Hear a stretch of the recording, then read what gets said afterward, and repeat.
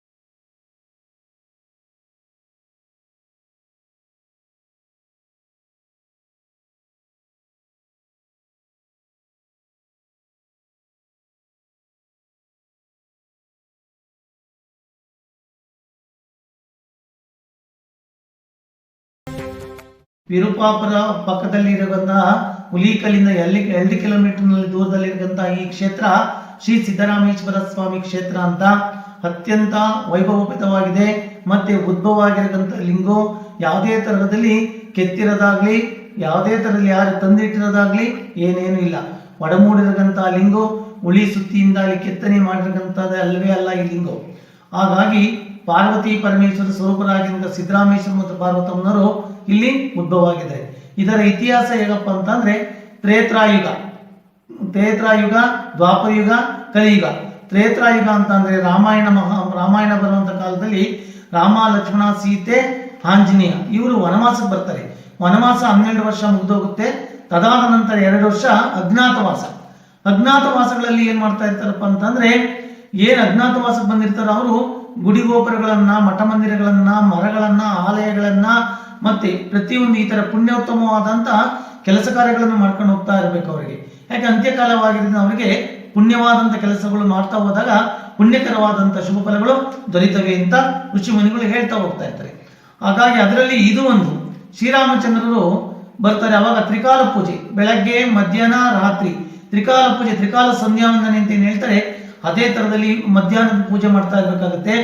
ಬೆಳಗ್ಗೆ 5 ಗಂಟೆಯಿಂದ 11 ಗಂಟೆವರೆಗೂ ಒಂದು ಕಾಲ, ಅದಾದ ಮೇಲೆ ಮಧ್ಯಾಹ್ನ 3 ಗಂಟೆವರೆಗೂ ಮಧ್ಯಾಹ್ನ 3:30ರಿಂದ 6 ಗಂಟೆ 7 ಗಂಟೆವರೆಗೂ ಅದು ಗೋಧೂಳಿ ಲಗ್ನ ಅಂತ ಹೇಳ್ತಾರೆ. ಬ್ರಾಹ್ಮಿ ಮುಹೂರ್ತ, ಅಪರ ಮಧ್ಯಾಹ್ನ, ಗೋಧೂಳಿ ಲಗ್ನ ಅಂತ ಏನ್ ಹೇಳ್ತಾರೆ. ಮಧ್ಯಾಹ್ನಕ್ಕೆ ಪೂಜೆ ಮಾಡುವಂತ ಟೈಮಲ್ಲಿ, ಸಂಧ್ಯಾವನೆ ಮಾಡೋ ಟೈಮಲ್ಲಿ ಯಾವುದೇ ತರದಲ್ಲಿ ಬೆಟ್ಟವಿರ್ತದೆ. ಈ ಬೆಟ್ಟದಲ್ಲಿ ಯಾವುದೇ ತರದಲ್ಲಿ ಮೂರ್ತಿ ಇರಲ್ಲ. ಆ ಮೂರ್ತಿ ಇಲ್ದಲೇ ಇದ್ದಾಗ ಏನ್ ಮಾಡ್ತಾನೆ ಶ್ರೀರಾಮಚಂದ್ರರು ಆಂಜನೇಯ ಹೇಳಿ ವಾರಣಾಸಿ ಆಗಿರ್ತಕ್ಕಂಥ ಕಾಶಿಗೆ ಹೋಗಿ ಲಿಂಗು ತಗೊಂಬ ಒಂದು ಅಂತ ಹೇಳ್ತಾರೆ. ಹಾಗಾಗಿ ಹೋಗಿ ತಡವಾಗ್ಬಿಡುತ್ತೆ, ಬರೋಷ್ಟೊಳಗಾಗಿ ಮಟ್ ಮಧ್ಯಾಹ್ನ ನೀರು ಬಿಡುತ್ತೆ. ಹಂಗಾಗಿ ಏನಾಗ್ಬಿಡುತ್ತೆ, ಸ್ವಾಮಿಗೆ ಸಂಧ್ಯಾ ವಂದನೆ ಮಾಡೋದಕ್ಕೆ ಟೈಮ್ ಆಗ್ಬಿಡುತ್ತೆ ಅಂದ್ಬಿಟ್ಟು ಏನ್ ಮಾಡ್ತಾರೆ, ಶ್ರೀರಾಮಚಂದ್ರನು ಒಂದು ಪ್ರತಿಷ್ಠಾಪನೆ ಮಾಡೋಣ ಅಂತ ಹೋಗ್ತಾರೆ. ಪ್ರತಿಷ್ಠಾಪನೆ ಮಾಡೋಣ ಅಂತ ಬಕ್ಸೆ ಹಿಂಗ್ ಹಾಕಿದಾಗ ತಾನು ಮರಳಿಂಗು ಹಿಂಗೆ ಉದ್ಭವ ಆಗ್ಬಿಡುತ್ತೆ. ಆ ಉದ್ಭವ ಆಗ್ಬಿಟ್ಟಾಗ ನಮ್ಮ ಹಿಡಿಯೋಷ್ಟು ಮಾತ್ರ ಅಷ್ಟೇ ಇಲ್ಲಿ ಉದ್ಭವ ಆಗಿರ್ತದೆ. ಆಗ ಶ್ರೀರಾಮಚಂದ್ರಗೆ ತನ್ನ ನೇತ್ರ ದೃಷ್ಟಿ, ತನ್ನ ದಿವ್ಯ ದೃಷ್ಟಿಯಿಂದ ಅದನ್ನು ಕಾಣ್ತಾರೆ. ಪ್ರಬುದ್ಧವಾನವಾದಂತಹ ಈ ಲಿಂಗವಾಗಿರ್ತದೆ, ಜಗತ್ ಪ್ರಸಿದ್ಧವಾಗಿರ್ತದೆ, ಇಡೀ ಪ್ರಪಂಚಕ್ಕೆ ಇದು ಇತಿಹಾಸವಾಗಿರತಕ್ಕಂತಹ ಲಿಂಗು ಆಗುತ್ತೆ ಅಂತ ಹೇಳಿ, ಶಕ್ತಿಯುತವಾದಂತಹ ಲಿಂಗು ಇದು ಅಂತೇಳಿ ಅದಕ್ಕೆ ಕಳಾಕರ್ಷಣೆಯನ್ನು ಕೊಡ್ತಾ ಇದ್ದಾರೆ. ಅಂದ್ರೆ ಜೀವಕಲೆಯನ್ನು ಕೊಡ್ತಾ ಹೋಗ್ತಾ ಇರ್ತಾರೆ. ಜೀವಕಲೆಯನ್ನು ಕೊಡ್ತಾ ಆಗ್ತಾ ಇರೋದು ಅದು ಪರಿಪೂರ್ಣವಾಗುತ್ತೆ. ಹಾಗಾಗಿ ಆಂಜನೇಯ ತನ್ನ ಹೇಳಿರತಕ್ಕಂಥ ಕೆಲಸವನ್ನು ಮಾಡಿಕೊಂಡು ಬರ್ಬೇಕಾದ್ರೆ ತುಂಬಾ ಲೇಟ್ ಆಗುತ್ತೆ. ಮಧ್ಯಾಹ್ನ ಮುಗಿದು ಅಪರ ಮಧ್ಯಾಹ್ನ ಆಗೋಗ್ಬಿಡುತ್ತೆ. ಹಾಗಾಗಿ ಆಂಜನೇಯ ತಗೊಂಬಂದು ಕಾಶಿಲಿಂಗನ್ನು ಆಚೆ ಕಡೆ ಇಡ್ತಾನೆ. ಆ ಇಟ್ಟಾಗ ನೋಡ್ತಾನೆ, ತುಂಬಾ ಕೋಪ ಬಂದ್ಬಿಡುತ್ತೆ ಆಂಜನೇಯಂಗೆ, ನಾನು ತಂದಿದ್ದ ಲಿಂಗು ಪ್ರಯೋಜನವಾಗ್ಲಿಲ್ವಲ್ಲ ಅಂತೇಳಿ ಈ ಲಿಂಗುನ ಕೀಳಕ್ಕೆ, ತನ್ನ ಬಾಲದಿಂದ ಕೀಳಕ್ಕೆ ಪ್ರಯತ್ನವನ್ನು ಪಡ್ತಾನೆ. ಕೀಳಕ್ಕೆ ಪ್ರಯತ್ನ ಪಟ್ಟಾಗ ಹಿಂದೆಗಡೆ ರಾಶಿಯಾಗಿ ಬಿದ್ದಿರತಕ್ಕಂಥ ಮರಳು ಆಗ ಏನಾಗುತ್ತೆ, ಪಾರ್ವತಮ್ಮನ ಉದ್ಭವ ಆಗ್ತಾರಲ್ಲ ಹಿಂದೆಗಡೆ. ಬಾಜಿ ತಬ್ಕೋತಾರೆ, ಇದನ್ನ ಕೈ ಸುತ್ತಲೂ ಇರೋದು ಬಾಜಿ ತಬ್ಕೊಂಡಿರುವಂತ ಕೈ. ಯಾಕಪ್ಪ ತಬ್ಕೋತಾರೆ ಅಂದ್ರೆ, ನನ್ನ ಪತಿದೇವರು ಇಲ್ಲಿ ಉದ್ಭವವಾಗಿದ್ದಾರೆ, ನಿನಗೆ ಒಂದು ವರವನ್ನು ಕೊಡ್ತಾ ಇದ್ದೀನಿ, ಪ್ರಥಮ ದರ್ಶನ ನಿಂದು, ನಂತರ ನನಗೆ ಪೂಜೆ. ಹಾಗಾಗಿ ಇವತ್ತಿನವರೆಗೂ ಇಲ್ಲಿ ಮಧ್ಯಾಹ್ನದ ಮೇಲೆ ಈ ಮಹಾ ಪೂಜೆ ನಡೀತಾ ಇದೆ. ಇವತ್ತಿನವರೆಗೂ 12 ಗಂಟೆ ಮೇಲೆ ಪೂಜೆ ನಡ್ಕೊಂತ ಬರ್ತಾ ಇದೆ. ಮತ್ತೆ ಇಲ್ಲಿ ಕೈ ಬಾಯಿ ತೆಗೆದುಕೊಂಡಿರುವಂತದಲ್ಲಿ ಆಂಜನೇಯ ಅದಕ್ಕೆ ಸಂತೃಪ್ತಿಯನ್ನು ಪಡ್ತಾನೆ. ಆಚೆಗಡೆ ಇಟ್ಟಿರೋದಲ್ಲಿ ಕಾಶಿಲಿಂಗು ಅಲ್ಲಿದೆ. ಅವರ ಪಕ್ಕದಲ್ಲೇ ಕ್ಷೇತ್ರನಾಥನಾಗಿರತಕ್ಕಂಥ ಕ್ಷೇತ್ರಾಧ್ಯಕ್ಷನಾಗಿರತಕ್ಕಂಥ ಈ ಬೆಟ್ಟಕ್ಕೆ ಕ್ಷೇತ್ರನಾಗಿರತಕ್ಕಂಥ ಕ್ಷೇತ್ರಪಾಲಕನಾಗಿರತಕ್ಕಂಥ ಕಾಲಭೈರೀಶ್ವರ ಇದ್ದಾರೆ, ನಾಗದೇವತೆ ಇದ್ದಾರೆ, ಮತ್ತೆ ಸಪ್ತಮಾತೃಕೆಯರು ಸಹ ಇದ್ದಾರೆ. ಸಪ್ತಮಾತೃಕೆಯರಿಗೆ ಕೆಲವು ದೇವಸ್ಥಾನಗಳಲ್ಲಿ ಪೂಜೆ ಇರಲ್ಲ, ಆದ್ರೆ ಇಲ್ಲಿ ನಿತ್ಯ ಪೂಜೆ ಇದ್ದೇ ಇರ್ತದೆ. ಅದಕ್ಕೆ ಭಕ್ತಾದಿಗಳು ಸಹ ಪೂಜೆಯನ್ನು ಮಾಡ್ತಾರೆ. ಯಾವಾಗ ಮಾಡ್ತಾ ಇರ್ತಾರೆ ಅಂತಂದ್ರೆ ಮನೆಯಲ್ಲಿ ಶುಭ ಕಾರ್ಯಗಳು, ಮದುವೆ, ಮುಂಜಿ, ಮತ್ತೆ ಮನೆ ಕಟ್ಟಡ ಇಂಥವುಗಳಲ್ಲಿ ಬಂದು ಆ ಅಮ್ಮನವರಿಗೆ ಮಾಂಗಲ್ಯವನ್ನು ಹಾಕಿ, ತಾಳಿಯನ್ನು ಹಾಕಿ, ಮತ್ತೆ ಬಟ್ಟೆ ಬರೆಯನ್ನು ಅವರೇನು ಮೂಲ ಪದ್ಧತಿಯಿಂದ ಮಾಡ್ಕೊಂಡು ಬಂದಿರ್ತಾರೋ ಅದೇ ತರದಲ್ಲಿ ಅವರು ಮಾಡ್ಕೊಂಡು ಹೋಗ್ತಾ ಇರ್ತಾರೆ. ಸಪ್ತಮಾತೃಕೆಯರು ಯಾರಪ್ಪ ಅಂತಂದ್ರೆ ಅಹಲ್ಯ, ಮಂಡೋದರಿ, ಕೌಮಾರಿ, ದುರ್ಗಿ, ಮತ್ತೆ ಚಾಮುಂಡೇಶ್ವರಿ ಅಂತ ಏನ್ ಹೇಳ್ತೀವಿ, ಇವರೆಲ್ಲ ಸಪ್ತಮಾತೃಕೆಯರಾಗಿರ್ತಾರೆ. ಹಾಗಾಗಿ ದಕ್ಷಿಣ ಮುಖವಾಗಿರತಕ್ಕಂಥ ಈ ಬಾಗಿಲು ಇರೋದ್ರಿಂದ ದಕ್ಷಿಣ ಮೂರ್ತಿ ಇದೆ. ಸ್ವಾಮಿ ಸೂರ್ಯ ದೇವನಾಗಿರುವಂತ ಇಲ್ಲಿ ಸೂರ್ಯನ ಪ್ರತಿಷ್ಠಾಪನೆ ಆಗಿರತಕ್ಕಂಥ ಸೂರ್ಯ ದೇವನು ಸಹ ಇಲ್ಲಿದ್ದಾರೆ. ಮತ್ತೆ ಎತ್ತೋ ಬಸವಣ್ಣ ಅಂತ ಹೇಳ್ತಾರೆ. ಇಲ್ಲಿ ತಮ್ಮ ಇಷ್ಟಾರ್ಥಗಳನ್ನು ಸ್ಮರಣೆ ಮಾಡ್ಕೊಳ್ಳೋಕ್ಕೋಸ್ಕರ ಯಾವುದೇ ತರಹದಲ್ಲಿ ಏನೇ ಕಷ್ಟ ಕಾರ್ಪಣ್ಯ ಇದ್ರು ಆ ಬಸವಣ್ಣನ ಎತ್ತಿದ್ರೆ ಇಷ್ಟಾರ್ಥಗಳು ಈಡೇರುತ್ತೆ. ಹೂವಿನ ಸರ ಬಂದ್ರೆ ತಮ್ಮ ಇಷ್ಟಾರ್ಥಗಳೆಲ್ಲ ನೆರವೇರುತ್ತೆ ಅಂತ. ಹಾಗಾಗಿ ಸ್ವಲ್ಪ ಭಾರವಾಗಿ ಬಂತು ಅಂತಂದ್ರೆ ನಿಧಾನ ಆಗುತ್ತೆ ಕೆಲಸ ಕಾರ್ಯಗಳು. ಮತ್ತೆ ಬರದೇ ಇಲ್ಲ ಅಂದಾಗ ಆ ಕೆಲಸ ಕೈಗೂಡಲ್ಲ ಅಂತ ಅದರ ಅರ್ಥವಾಗಿರ್ತದೆ. ಮತ್ತೆ ವೃದ್ಧಿ ಬಸವ, ವೃದ್ಧಿ ಗಣಪ ಅಂತನೂ ಇದೆ ಇಲ್ಲಿ. ಹಾಗಾಗಿ ಇಲ್ಲಿ ಒಳಗಡೆ ಗರ್ಭದ ಗುಡಿನಲ್ಲಿ ಬೆಳಗ್ಗೆ ಜನ ಬರ್ತಾರೆ, ಭಕ್ತಾದಿಗಳು. ನೀರು ಹೋಗೋದಿಕ್ಕೆ ಜಾಗ ಇಲ್ಲ ಅಂದಾಗ ಕೈ ಹಿಂಗ್ ಬಾಯಿ ತಗೊಂಡಿರೋದ್ರಲ್ಲಿ ಹಿಡಿ ಇಟ್ಕೊಂಡಿರೋದ್ರಲ್ಲಿ ಹಾಗಾಗಿ ಏನ್ ಮಾಡುತ್ತೆ, ಬೆಳಕರಿ ಅಷ್ಟೊಳಗಾಗಿ ಬೆಳಗ್ಗೆ ಬಂದು ರೆಡಿ ಮಾಡೋಣ ಅಷ್ಟೊಳಗಾಗಿ ತಾನು ವಿಭಾಗ ಆಗ್ಬಿಡ್ತದೆ, ನೀರು ಹೋಗೋ ಜಾಗ ಇರುತ್ತೆ. ಇಲ್ಲಿ ಸರ್ಪರಾಜ ಇದಂದ್ರೆ ಸದಾಕಾಲ ಓಡಾಡ್ತಾ ಇರ್ತಾನೆ. ಅದೇ ಕಾಲದಲ್ಲಿ ಅಂಟು ಮುಂಟು ಆದರೆ ತುಂಬಾ ಜನ ಯಾರನ್ನೂ ಇಲ್ಲಿ ಒಳಗಡೆ ಬಿಟ್ಕೊಳ್ಳಲ್ಲ, ಮಾಡಲ್ಲ. ನಿಮ್ಗೆಲ್ಲ ಹಿಂಗ್ ಪ್ರತೀತಿ ನಡೀತಾ ಇದೆ. ಇಲ್ಲಿ ಹುಲಿಕಲ್ಲಿಂದ 2 ಕಿಲೋಮೀಟರ್, ಈ ಕಡೆಯಿಂದ ಬಂದ್ರೆ ಯಡಿಯೂರು ಕಡೆಯಿಂದ ಬಂದ್ರೆ ತಿಪ್ಸಂದ್ರ ಉಳ್ಳೇನಹಳ್ಳಿ ಮಾರ್ಗವಾಗಿ ಬರ್ಬೋದು, ತುಮಕೂರಿಂದ ಬಂದ್ರೆ ಸುಗ್ನಹಳ್ಳಿ ಮಾರ್ಗವಾಗಿ ಬರ್ಬೋದು, ಬೆಂಗಳೂರಿಂದ ಬರೋರೆಲ್ಲ ಹುಲಿಕಲ್ಲಿಂದ 2 ಕಿಲೋಮೀಟರ್ ಆಗುತ್ತೆ.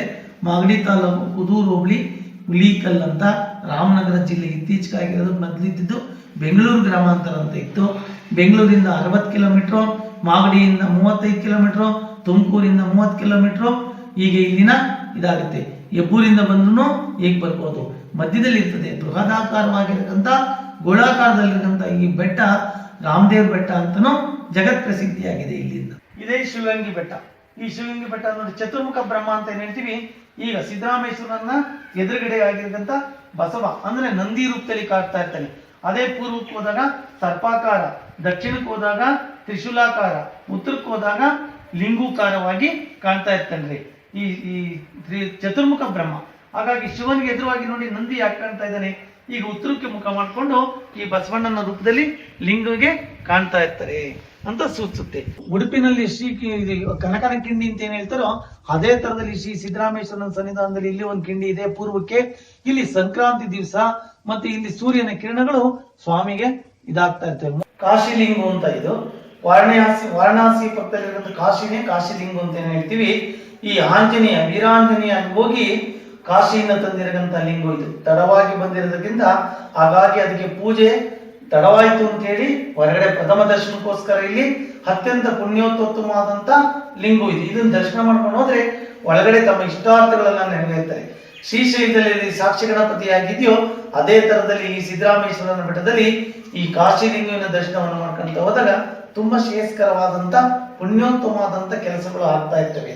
ಆಗ ಇದರಲ್ಲಿ ಒಂಥರ ಒಡಮೂಡಿರದಂತಲ್ಲ, ಇದರಲ್ಲಿ ತನ್ನ ಧನಾರ್ಥನೇ ಇದು ಒಡಮೂಡಿರದಂತ ಈ ರೇಖೆಗಳು ಏನಿದಾವೋ ಅದರಲ್ಲಿ ಸಾಕ್ಷಾತ್ ತ್ರಿಮೂರ್ತಿ ಆಗಿರತಕ್ಕಂತ ತ್ರಿನೇತ್ರ ಶಿವನಿಗೆ ಏನ್ ತ್ರಿನೇತ್ರ ಏನ್ ಹೇಳ್ತೀವೋ ಅದೇ ತರದಲ್ಲಿ ಇದೆ ಅಂತ ಇದಕ್ಕೆ ಈ ಕಾಶಿನಿ ಅತ್ಯಂತ ಅದ್ಭುತವಾಗಿದ್ದಾವೆ.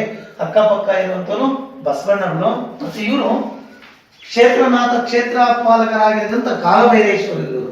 ಈ ಕಡೆ ಇದು ಕತ್ತಿ, ತ್ರಿಶೂಲ, ಡಮರುಗ ಇವನ್ನೆಲ್ಲ ಇಟ್ಕೊಂಡಿರ್ತಾರೆ. ಕ್ಷೇತ್ರನಾಥ ಈ ಕ್ಷೇತ್ರಕ್ಕೆ ಅಧಿಪತಿಯಾಗಿರ್ತಾರೆ.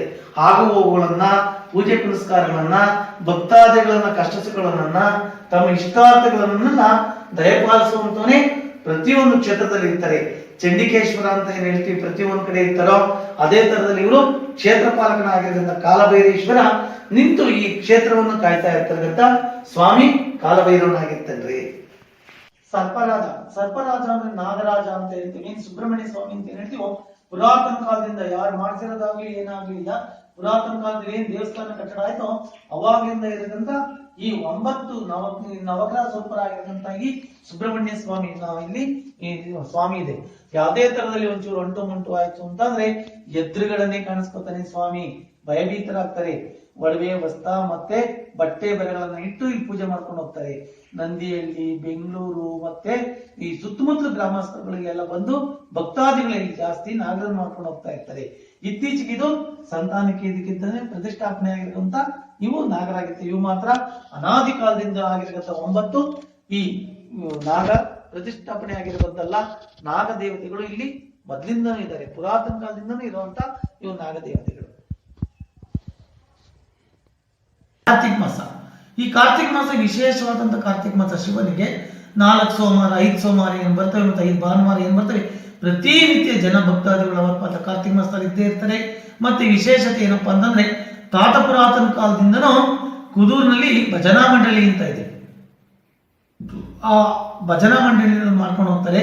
ಬೆಳಗ್ಗೆ ರಾತ್ರಿ ಬಂದ್ರೆ, ಸಾಯಂಕಾಲ ಬಂದ್ರೆ ಒಂದು 6 ಗಂಟೆಗೆ ಬಂದ್ಬಿಟ್ರೆ ಬೆಳಗ್ಗೆ 8-9 ಗಂಟೆವರೆಗೂ, ಬೆಳಗ್ಗೆ 6 ಗಂಟೆವರೆಗೂ ಭಜನೆಯನ್ನು ಮಾಡ್ತಾರೆ. ಯಾರಪ್ಪ ಭಜನೆ ಮಾಡುವಂತವ್ರು?